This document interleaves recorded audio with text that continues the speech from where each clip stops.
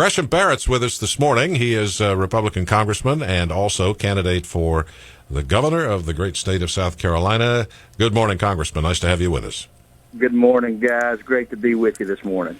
And Good morning, but you're not calling us as congressman, are you? You're calling us as Gresham Barrett for well, of course. South Carolina governor, aren't you, Gresham? That's right. Well, actually, I'm still the congressman, but candidate for governor. We made it official last Friday. We paid the filing fee, and 71 days and counting. And guys, I'm counting every one of them, too.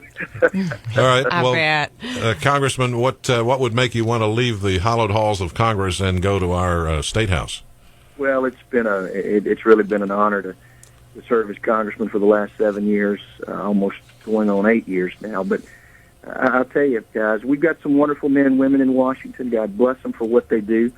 But I believe with all my heart, if we're going to take this nation back, we're going to have to do it one state at a time. And that's the way our forefathers intended this thing. I mean, there's a little amendment in the Constitution of the United States called the 10th Amendment, which is a states' rights amendment.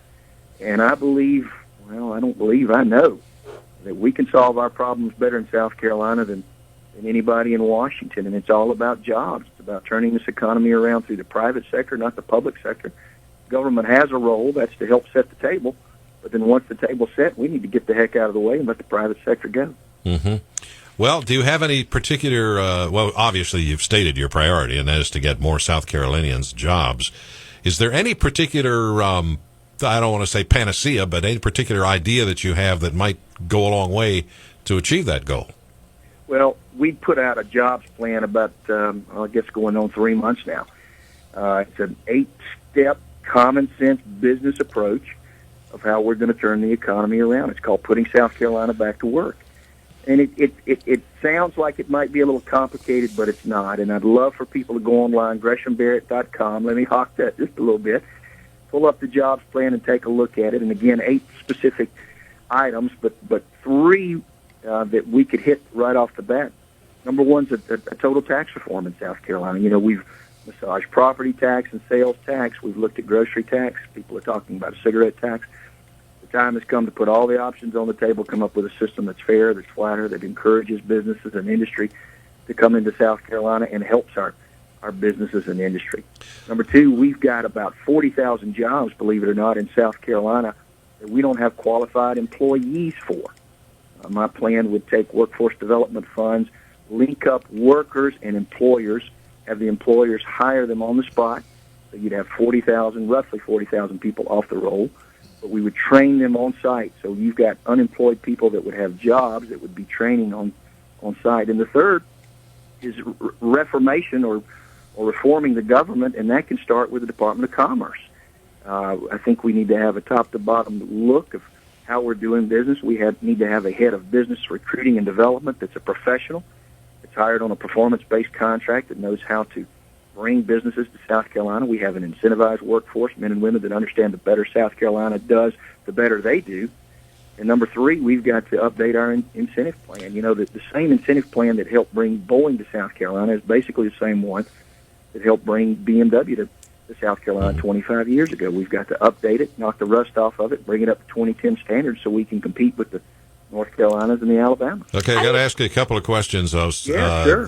Number 1, the flag. There's 3 things we can do with the Confederate flag. Leave it where it is, put it back on the dome, or get rid of it entirely. This has always been a contentious issue in every gubernatorial campaign. Where are you on this thing? Well, I think we need to leave it right where it is. I mean, there was a compromise several years ago amongst Republicans and Democrats, pro-flag, anti-flag. I think as far as I'm concerned, that issue has been settled. I know a lot of people still want to talk about it, but listen, it is such a divisive issue, and there are a lot of things that we can do to really pull South Carolina together and to move forward, and that's one of the reasons that we put our jobs plan out first, because I believe it's how we're going to turn South Carolina Well, speaking of jobs, you know, we are a tourist area here in Myrtle Beach ma'am. and along the coastline. How are you going to help us as far as promoting our tourism?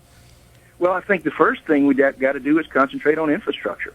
The new highway down there is extremely important, not just for tourism, but for safety, too. I mean, when I think about, if I'm blessed enough to be governor, if you've got a major hurricane or a major event coming to the coast in the middle of August or July or June, or even September, or any time, you've got to make sure that you can get people in and out of South Carolina. And I think the new highway, the I-73 corridor, is extremely important. Again, not only to tourism, but to the safety of South Carolina. But infrastructure has to be a priority too. Making sure that roads, that bridges, that water, that sewer, when businesses and industry come looking in South Carolina, that stuff is available. But again, I go back to my other stuff.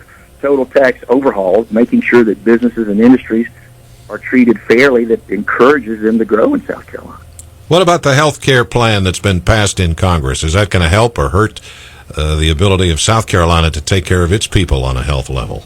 Well, I think it's going to hurt. I mean, if I am blessed enough to be governor, when I walk off the stage with my lovely wife, the federal government's going to hit South Carolina for a bill for almost $1 billion, $100 million a year for 10 years. That's unfunded liabilities for Medicaid that South Carolina's going to have to come up with. Do we need health care reform? Absolutely. But this government takeover of health care is not the way to go. I'm going to do everything I can. In fact, we're on record and in bills right now, co-sponsoring in Washington to repeal this government takeover and come up with a system that makes sense, where you've got portability with insurance, where you can go across state lines to lower your costs, where you have enhanced health savings accounts that would allow you to use dollars, and has tort reform.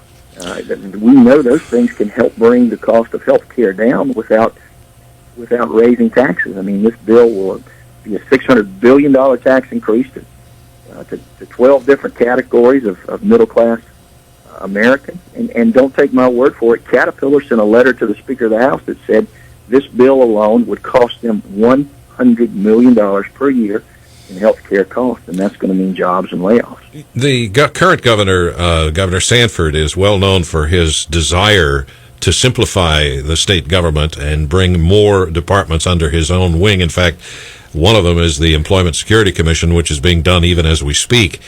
Where do you stand on that? No, I agree completely with the governor. If there's one thing that he has been a champion of over the last 8 years, it's restructuring, strengthening the hands of the governors. I would love to see that.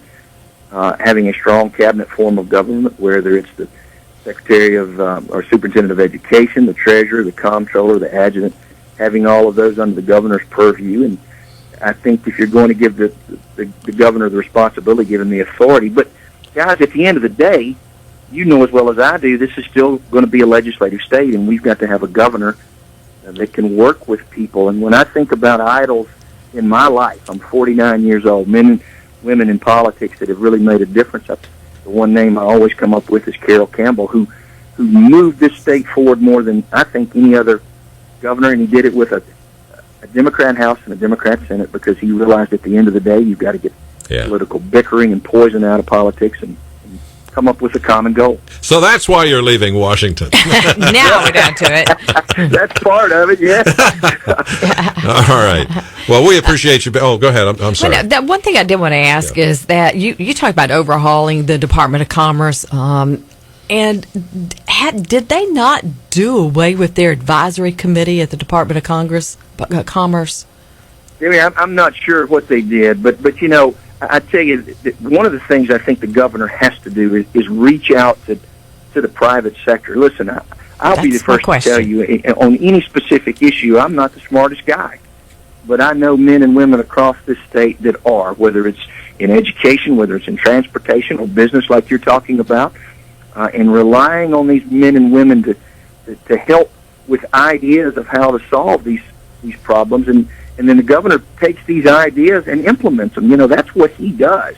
He doesn't necessarily have to be the end-all, be-all. He's the number one salesman on how to implement plans and how to move South Carolina forward. And I think that's, having served in the military, having been a state legislator for 6 years, and having run my own business, I think that is paramount. And if I had one prerequisite, guys, for any elected official, I don't care whether you're the dog catcher of Oconee County where I live or running for the governor, is that you had some type of small business experience, because it is invaluable in knowing how the decisions you make every day affect the bottom line in a small business. Right.